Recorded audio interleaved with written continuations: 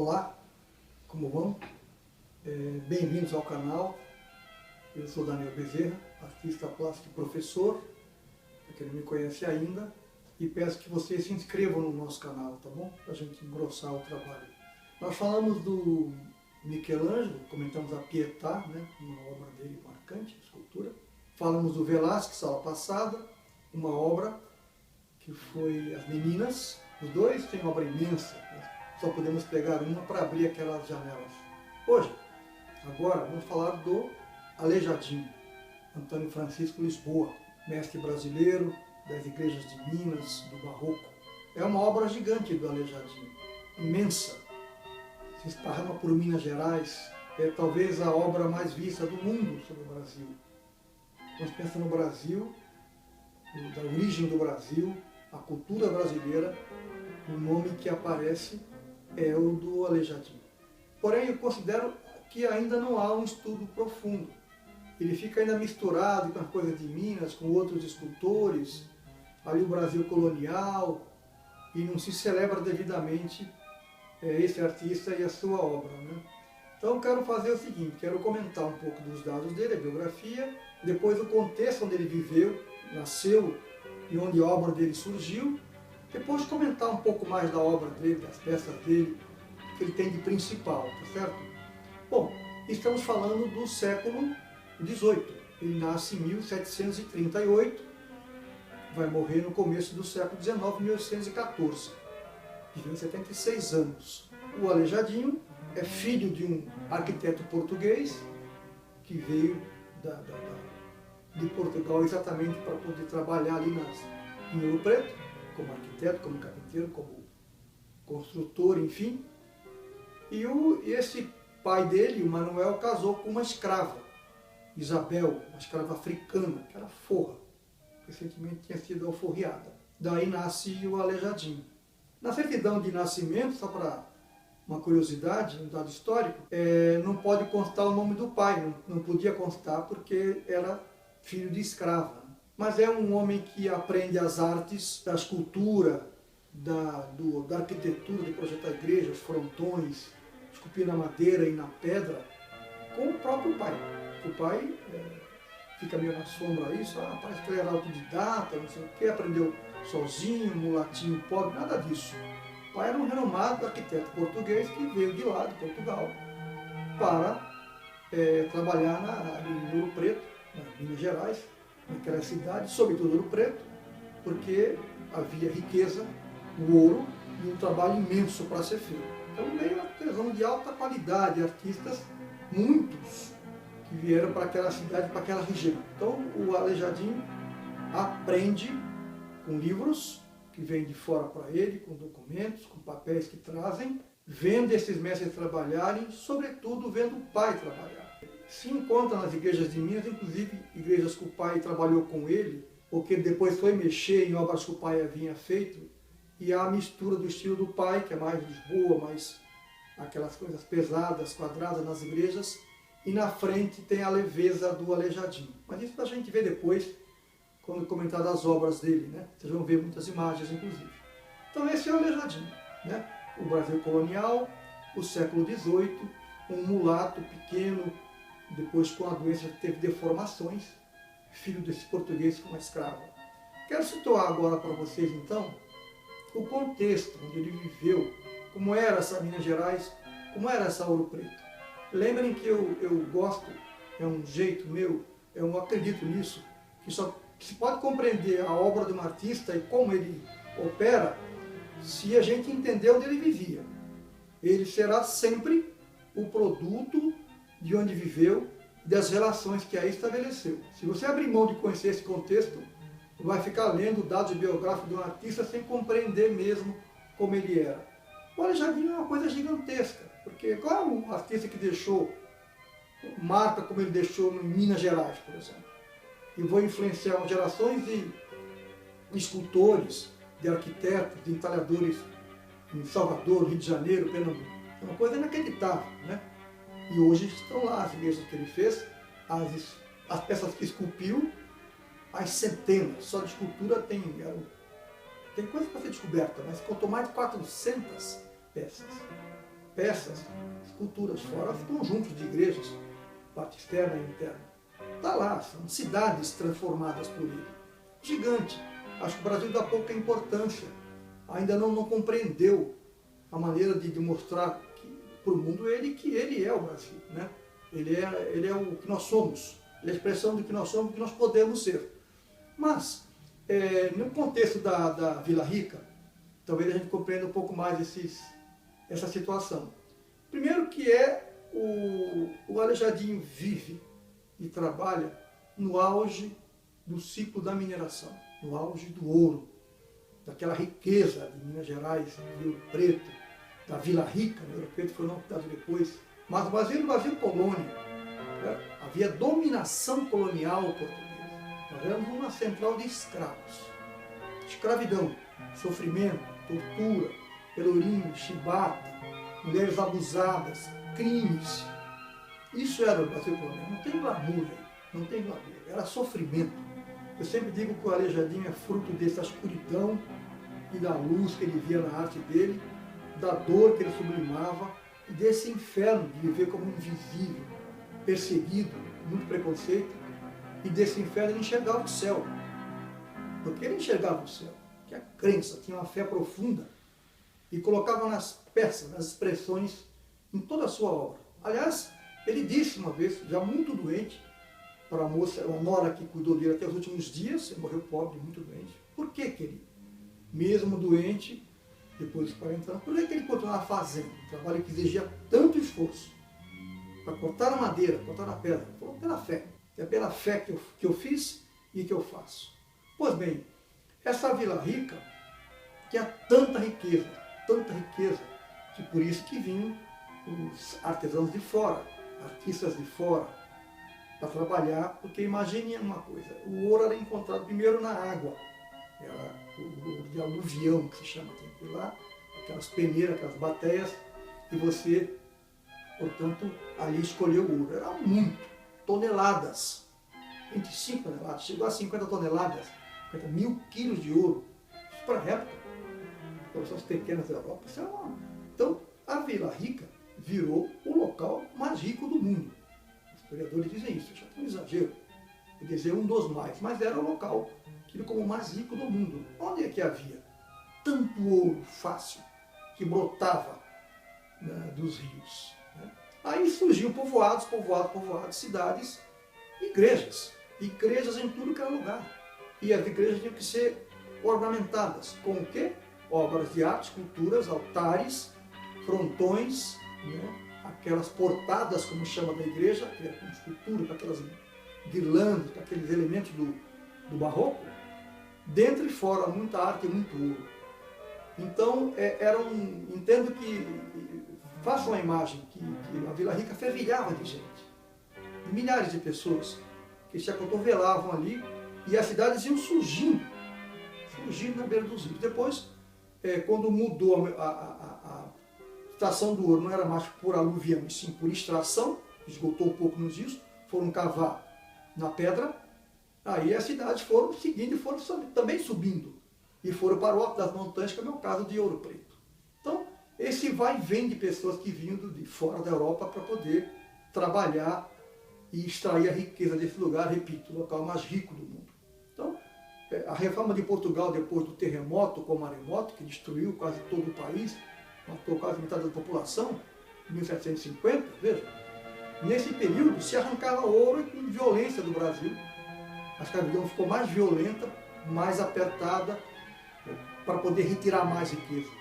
Foi nesse contexto, sem querer entrar nisso, que não é o caso, que houve a revolta do povo, primeiro contra tanto imposto, tanto sofrimento, e depois contra mesmo o modelo colonial, que foi por os Inconfidentes, que o Tiradentes liderou com a série de intelectuais, de poetas e outros que se juntaram para se rebelar, aí não mais contra o imposto alto, contra a injustiça, as más condições de vida, o preconceito absoluto, absurdo, não. Aí era por liberdade, era contra o modelo de escravidão colonial.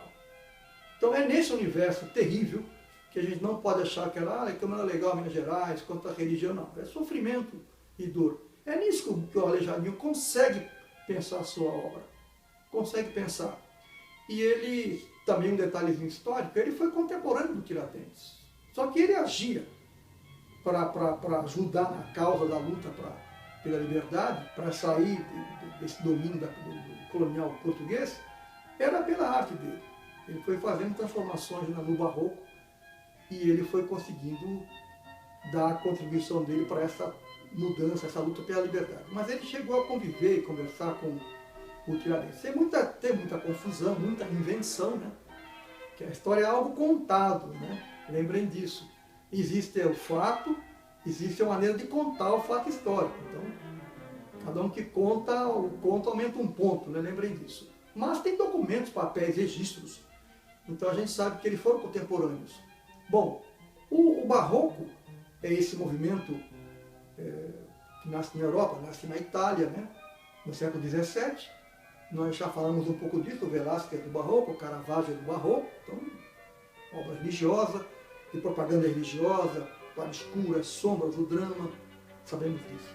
Quando vem para o Brasil esse modelo, o Aleijadinho transforma isso. Ele transforma, é aí que surge o gênio, aí surge a obra.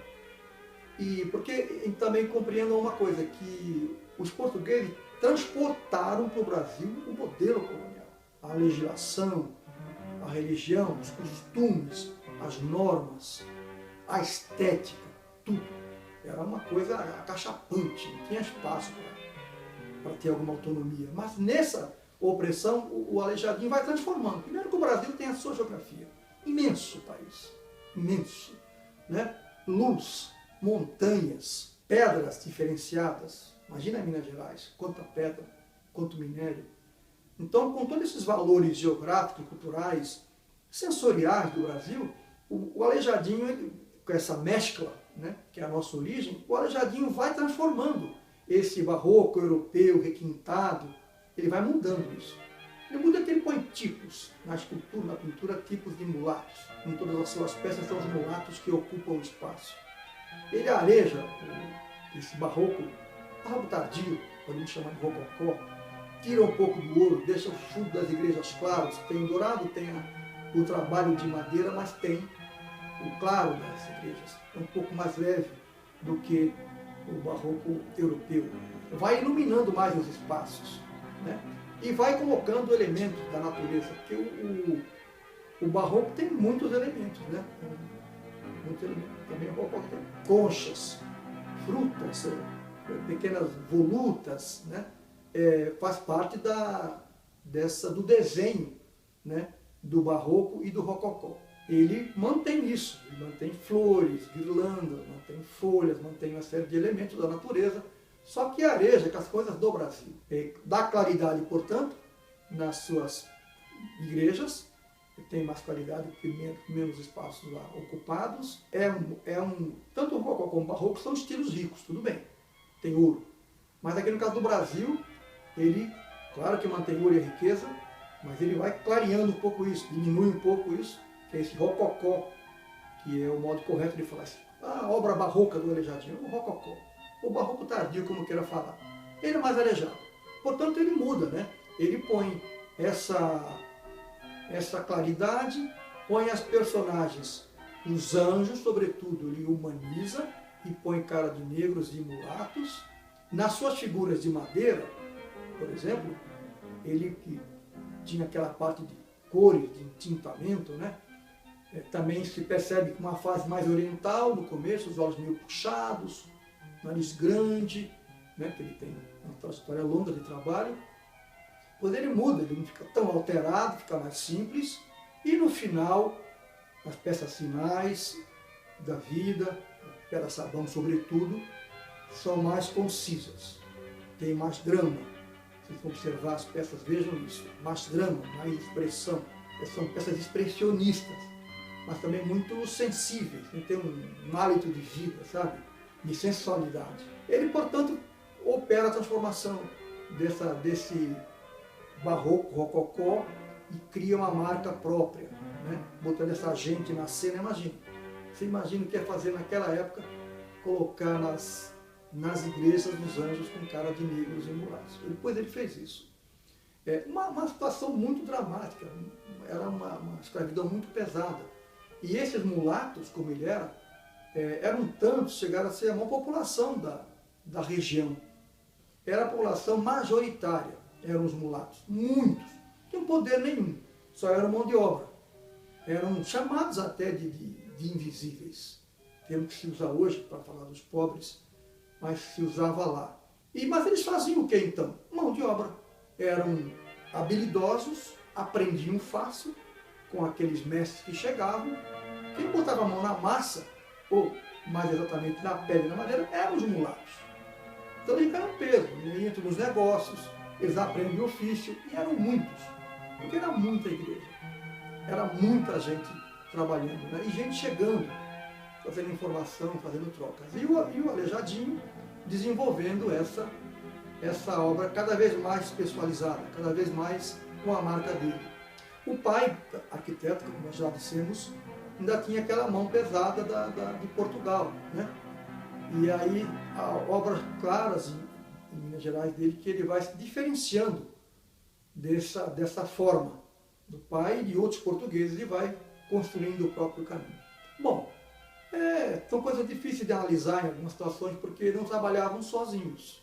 O Aleijadinho cria pioneiramente uma escola, o ateliê do Aleijadinho, onde tinha o aprendiz, o cara lá que ia lá, o garoto, o escravo, o não mulato, e aprendeu o ofício. Tinha lá o oficial, que é o que já sabia, podia até ensinar, mas não tinha a condição de mestre. Quem era o mestre? Que o Aleijadinho transformou-se no mestre lá no seio.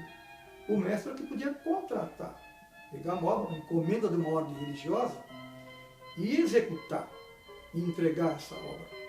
Isso era o mestre. Então ele cria essa escola.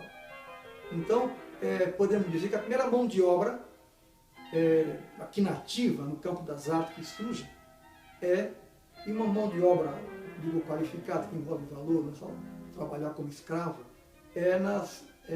com o Aleijadinho, nessas oficinas, nesse trabalho de produção.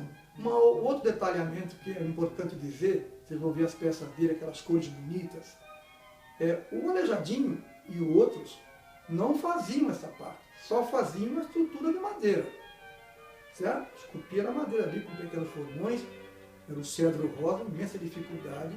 Cada movimento de veste que vocês verão, de veste, de barba, são movimentos de formão. Não é uma coisa assim, que envolve uma habilidade, um talento muito profundo. Muito bem. Os outros pintores que só pintavam, que tinham qualidade, eram chamados para fazer a encarnação. Vejam que nome diferente. Encarnação, quer dizer, da carne, da vida para as peças. E eram mestres. Muitas igrejas de Minas Gerais têm os tetos pintados pelo mestre Ataíde, pintor, fez uma Santa Ceia famosa, lá nos moldes do Minas, botou umas personagens e pintou muitos tetos.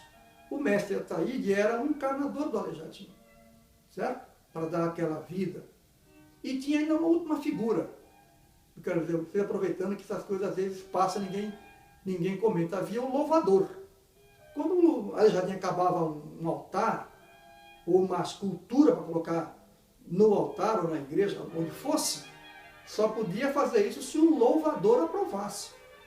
O louvador era o cara que vinha lá do clero para provar se estava dentro dos cânones, ali direitinhos, aquela peça. Se o louvador aprovasse, estava aprovado, estava entregue a obra. Se não aprovasse, tirava fora, para refazer ou para ir para o lixo. Certo? Então dizer isso, que trabalhava, era uma equipe e que o escultor fazia o essencial, não fazia detalhamento. Bom, do Aleijadinho, nessas modificações que falei, que ele fez no rococó e no barroco, colocando as nossas coisas, ele vai romper com aquele modelo acadêmico aí do Renascimento, do Barroco, portanto aquele modelo lá dos clássicos, né, o Renascimento da Antiguidade Clássica, ele rompe com isso. E nas esculturas, não só nos anjos que aparecem na frente das igrejas, nos frontões e dentro, ele vai botar traços que não tem a ver com aquela regra do Renascimento e do Barroco europeu. Ele vai fazer olhos amendoados, vai fazer coisas orientalizadas, porque ele sofreu influência do gótico. do bizantino, que estudava. Ele fez tudo, menos copiar os modelos neoclássicos da Europa. E aí mãos calejadas, mãos tortas, né? Uma musculatura que é o que ele via, o que ele vivia. É uma beleza. E tem um grau de expressão muito grande que não se encontra em outra ordem de esculturas. Por isso que se diz que eram expressionistas. Os olhos saltando, olhando para quem está vendo a peça.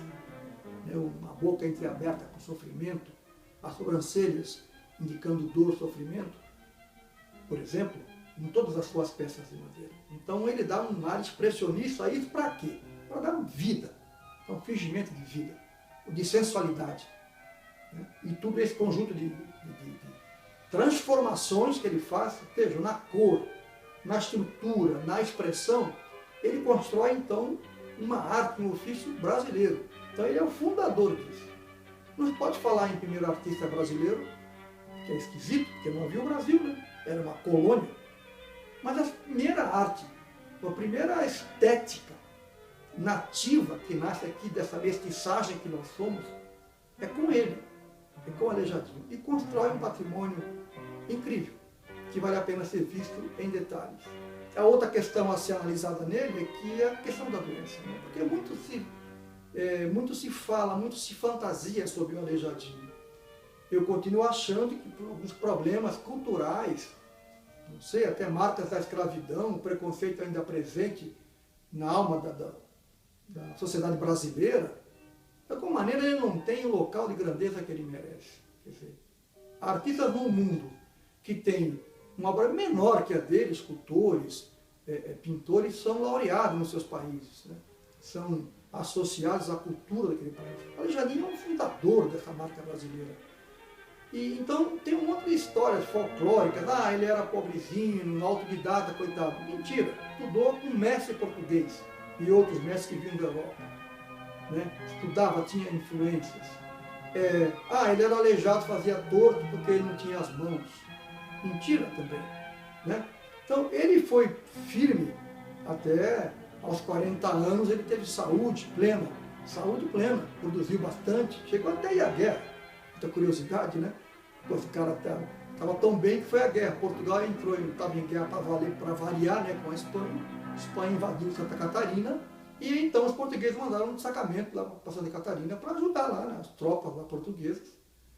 E ele foi para fazer construções, fazer fortificações, ele e outros artesãos e arquitetos e artistas, enfim, para cuidar daquilo ali, né? Saudável e bom. Não era um cara que vivia, tinha até uma certa alegria.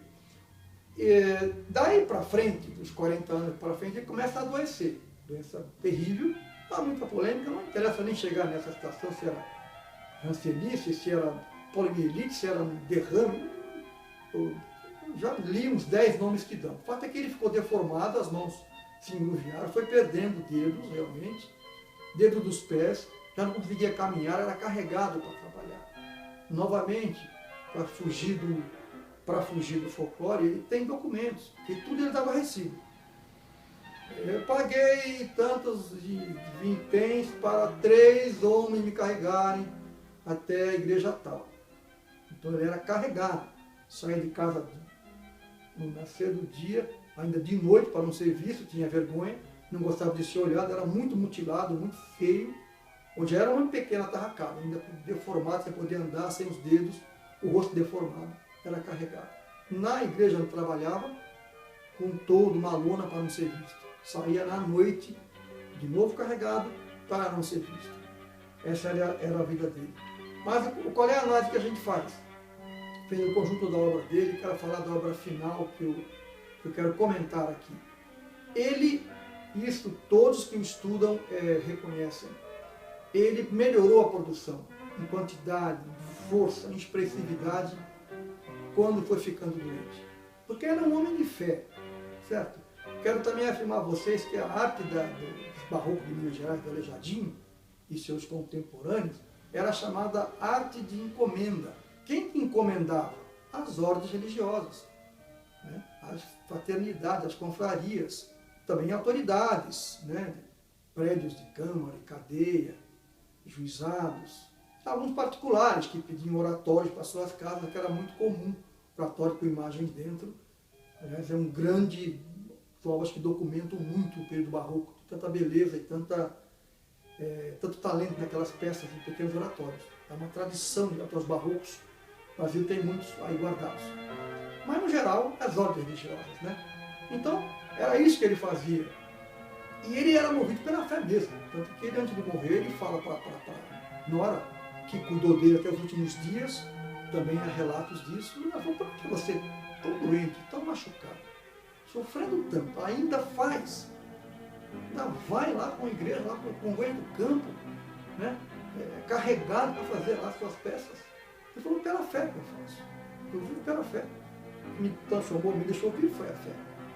O Aleijadinho, ele narrou na pedra e na madeira o Velho Testamento. É isso que ele pintou, foi isso que ele fez, a sua vida inteira, né? E, por fim, eu quero comentar então, no nosso aqui tempo exíguo, que o assombroso é perceber que a obra melhora, fica mais forte, enquanto a doença avança nele. Portanto, ela não interferiu para pior, interferiu para melhor, porque ele sabia que não tinha muito tempo. Então ele simplificou algumas peças, mas fez mais.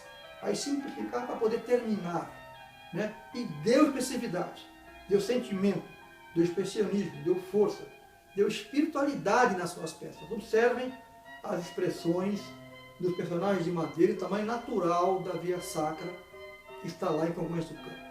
Em vielas que vão subindo até a igreja, que ele fez 66 peças de madeira sacra. Estão colocadas lá em 6 capelas construídas posteriormente. É um negócio genial a gente procurar entender como é que a doença avança, perde dedos, porque a mente firme, a cabeça consciente, os valores vivos, né? A fé forte, tinha consciência do que estava fazendo, tinha noção do seu projeto. E ele faz na obra final, posso dizer se ele fez outra coisa, mas a grande obra final, eu acho que é o testamento dele, são os 12 profetas, na pedra-sabão, que estão no adro, na frente, portanto, da igreja lá, de Bom Jesus de Matozinhos. Sempre esqueço esse nome. Bom Jesus de Matozinhos. Essa igreja lá em Congonhas do Campo que mais aparece na propaganda dele, esses profetas da Aleijadinho.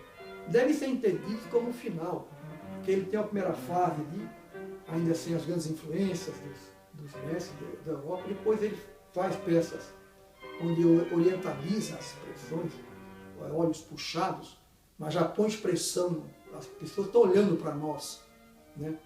Os soldados romanos, ele põe os pés dos soldados tortos, põe nariz grande, sabe? Ele ridiculariza um pouco os inimigos, através das figuras que açoitaram Cristo, ele ridiculariza os narizes de Pinóquio, os pés para dentro.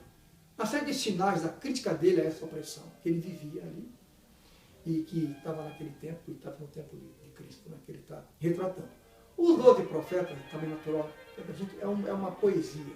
Não sei se foi o Drummond, foi o Bandeira, que o Manuel Bandeira e o Carlos Drummond foram os escritores que mais se encantaram com a obra dele. Incrível. O do tempo dele ninguém se interessou. Gonçalves Dias, Cláudio Manuel da Costa, que era Inconfidente, Olavo Bilac, Gonçalves Dias, ninguém falou a obra dele. Vejam como é que a pobreza, a escravidão, os mulatos não aparecia como elemento desses poetas. Apesar deles, mas os do século XX, Bandeira e Drummond, cantaram-se. Né? Então, os dois dizem que ele botou esse sentimento, um pouco de ar de vida nesses profetas e as expressões fortes. Né? Mas ali, gente, estou finalizando e quero que vocês mentalizem, vejam as imagens que vão aparecer, que estão aparecendo aí para vocês, dos profetas. Eles estão, os 12 profetas, você chega na igreja, quando sobe para olhar, eles estão olhando para a gente. São 3 sentimentos que eu tenho e quero passar para vocês. Primeiro, que eles estão como que caminhando, conversando entre si. Um movimento cênico, meio teatral. O Aleijadinho fez isso para cada uma e colocou as imposições com esse gesto de braços e de pés. Isso é notável, tem que observar esse aspecto. O segundo aspecto, deve ser visto de frente. porque ele era tão meticuloso que ele fez, de lado você vê meio deformado, uma pedra lá, algo meio amorfo. De frente à plenitude, eles estão espalhados. O Ezequiel, o profeta dos mais importantes, que é do Apocalipse, do fim do mundo, que prevê as coisas mais graves, ele faz um chamamento, como quem diz, o caminho é esse, só tem esse caminho para vocês entrarem, para vocês caminharem. Mas a mão está fechada, tem uma certa ira. A ira do aleijadinho, que era revoltado com a escravidão, e com ele próprio, que ele queria ter mais força, mais saúde, com aqueles tempos de opressão, ou Ezequiel irritado com o mundo, tanto que vocês vão ser destruídos, né? Para virar o fim de vocês. Esse Ezequiel gravíssimo, de qualquer maneira, é um convite para a entrada, sabe? O Daniel e Oséias, dois, como que dialogando, como se Oséias está com uma pena prestes a escrever, o Daniel ditaria para ele. Também é incrível como o Aleijadinho trabalhou essas duas figuras. Todas de pedra imponentes, no movimento poético, num balé, nos chamando para entrar na igreja. Essa obra final, com esses sentinelas ou arautos, como se queira falar, coroa uma obra gigantesca, basicamente na pedra em parte, outra parte na madeira, do talvez o mais importante nome brasileiro. Se quer se associar ao Brasil, esse Brasil que às vezes não quer se enxergar, esse Brasil de negros, de mulatos, de Brasil mestiço, está no Aleijadinho lá. Foi esse Brasil que ele tinha nele e construiu essa obra gigante. Por isso que hoje o diálogo com a obra do Aleijadinho é um diálogo conosco, com nós mesmos. Quem for ver o Aleijadinho tem que ver a si ali. Estou vendo a mim, a minha vida, meu país ali. É isso, gente. Eu espero que tenha dado para a gente abrir essa porta apenas para que vocês tenham contato com a obra dele nesse contexto que ele vivia.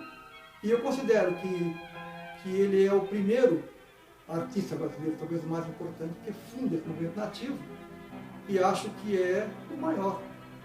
É ruim fazer campeonato, mas pela grandeza, pela relação com a nossa alma, com o tamanho dele no mundo, ele é o maior. Para mim, é o mais encantador. Muito obrigado, até a próxima.